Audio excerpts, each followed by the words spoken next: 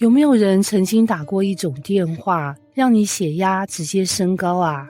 例如打客服，語音小姐先說：“您的來電對我們非常重要。”然後音樂播放20分鐘，重要到你懷疑人生，或者你傳訊息給某人，看到已讀，很好，至少還活着。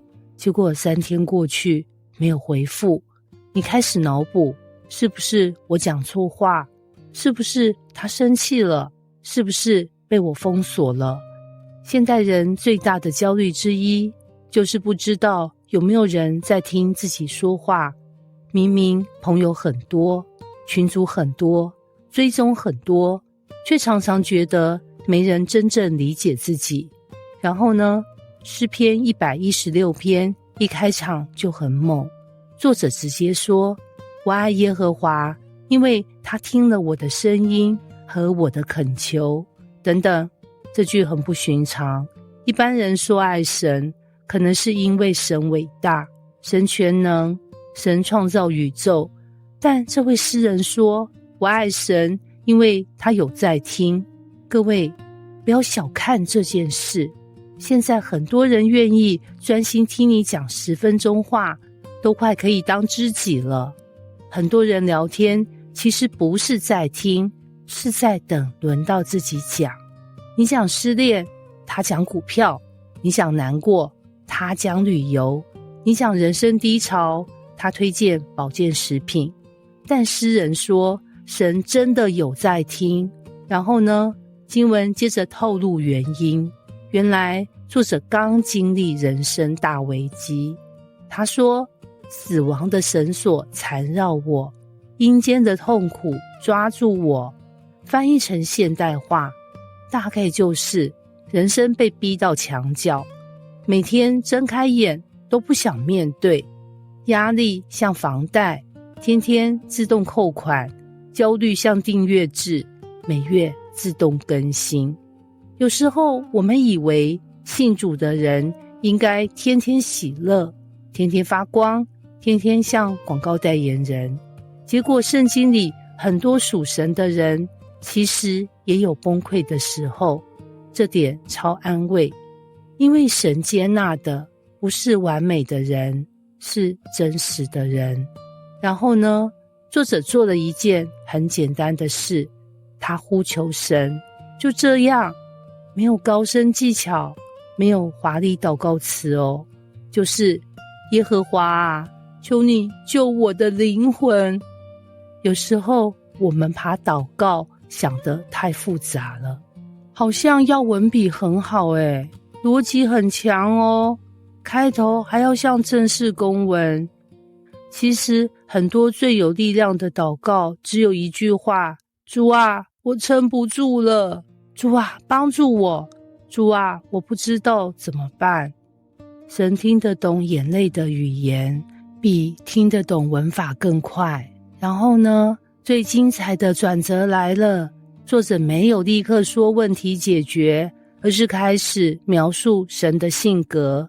他說，神有恩惠，有公義，有憐憫。注意哦，很多時候改變人的不是環境先改變，而是對神的認識先改變。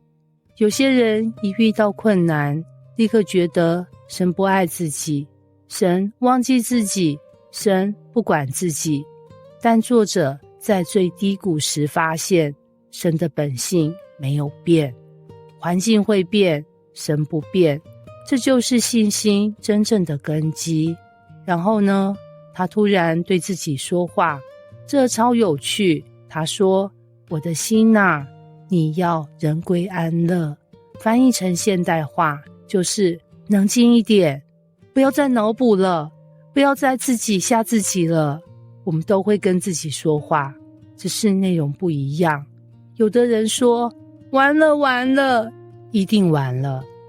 有的人說，沒救了沒救了，真的沒救了。結果越說越慌，詩人卻提醒自己，神曾經幫助過我，所以我可以安息。